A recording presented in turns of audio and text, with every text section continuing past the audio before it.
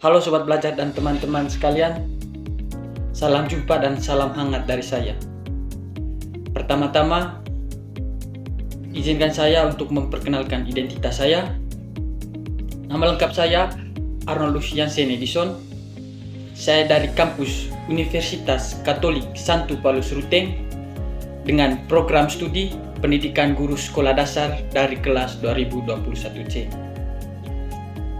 Sobat Belajar dan teman-teman sekalian, pada kesempatan ini saya akan menjelaskan sebuah kasus yang dimana menjadi sebuah trending topik beberapa tahun silam, yaitu berkaitan dengan pembangunan tambang semen yang terjadi di Manggarai Timur, tepatnya di Lengkokolo. Untuk itu teman-teman sekalian, saya langsung menjelaskan berkaitan dengan hal tersebut, dan saya mengajak teman-teman untuk sama-sama menyimak apa yang saya jelaskan. Oke teman-teman sekalian, hasil temuan yang saya telusuri di media sosial bahwa kegiatan pertambangan dan pabrik semen di Kampung Lengkololo, Desa Satarpunda, Kecamatan Lambaleda, Kabupaten Manggarai Timur menghadirkan isu yang cukup menghebohkan di kalangan masyarakat di beberapa tahun silam.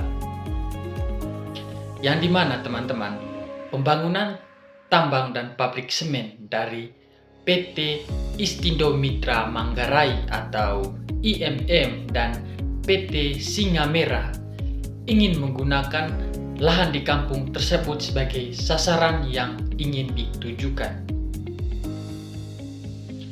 Wali NTT dalam pengantarnya menyampaikan bahwa keberadaan dari tambang dan pabrik semen di Kampung Lengkololo, Desa Satarpunda, Manggarai Timur akan mengancam satu-satunya ekoregion perbukitan kars di Pulau Flores, di mana kars itu telah disahkan oleh keputusan Menteri Lingkungan Hidup dan Kehutanan nomor SK 8 tahun 2018 tentang penempatan wilayah ekoregion Indonesia.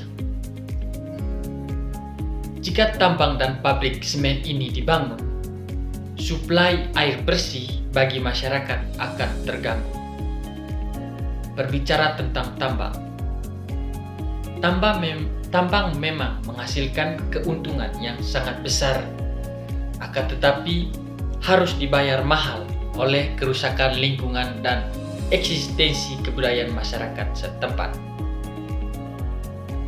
Teman-teman sekalian, keberadaan tambang mengancam ruang lingkup masyarakat lokal, khususnya di Kampung Lengkololo, Desa Satarpunda ini, yang seharusnya jadi solusi malah menimbulkan polusi. Haruskah kesejahteraan sosial itu mengorbankan kesejahteraan sosial lainnya? Dapatkah pembangunan itu dicapai tanpa merusak alam serta mengancam komunitas tertentu di dalam masyarakat itu sendiri?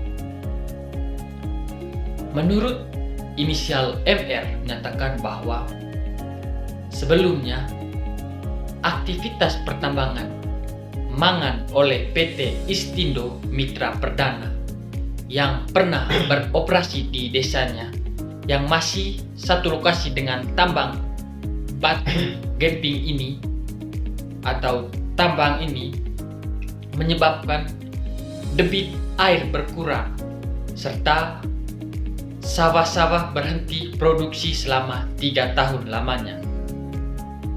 Oleh karena itu, MR sangat menolak kehadiran tambang ini. Apalagi ia menambahkan bahwa lahan perkebunan dan pertanian warga semakin sempit. Merujuk pada hal tersebut, bahwasannya tanah yang mereka gunakan untuk memberi makan dirusak begitu saja karena pembangunan tambang tersebut. Serta kampung atau BO, warisan leluhur yang membentuk identitas mereka sebagai masyarakat Satar Punda itu punah. Penolakan mereka ini diperkuat oleh pengalaman buruk tamban mangan sebelumnya beberapa tahun silam juga, yang hanya meninggalkan kerusakan daripada kesejahteraan hidup mereka. Mata pencarian masyarakat Satar Punda menggantungkan hidupnya pada sektor pertanian dan peternakan. Lahan yang subur membuat berbagai jenis tanaman pangan seperti padi, jagung, sorghum, jambu mente, tanaman pakan ternak seperti lemantoro bisa tumbuh dan menjadi penopang hidup bagi masyarakat setempat. Oke, baik teman-teman sekalian, berdasarkan pernyataan sikap dari inisial MR, saya sangat sependapat dengan beliau bahwasannya ketika pembangunan pabrik semen ini direalisasikan atau dijalankan, maka akan mendapatkan efek terhadap kerusakan lingkungan serta mata pencarian masyarakat, seperti di sana kebanyakan dari sektor pertanian dan peternakan akan menghilang, serta hilangnya warisan leluhur seperti yang Trisakti Bung Karno cita-citakan, yaitu berdaulat di bidang politik, berdikari di bidang ekonomi, dan berkepribadian di bidang kebudayaan. Oke teman-teman sekalian, berkepribadian di bidang kebudayaan di sini, Bung Karno menginginkan agar kita selalu menjaga warisan leluhur di setiap daerah seperti di Manggarai.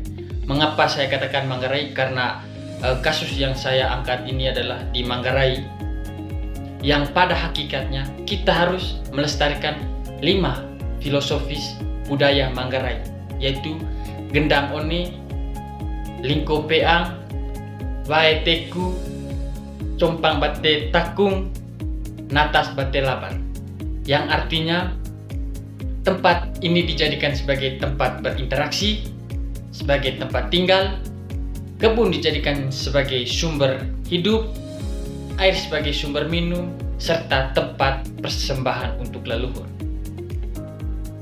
Dalam hal ini, kita sebagai masyarakat yang betul-betul mencintai bangsa Indonesia wajib dan melestarikan warisan leluhur dan tanah ulayat.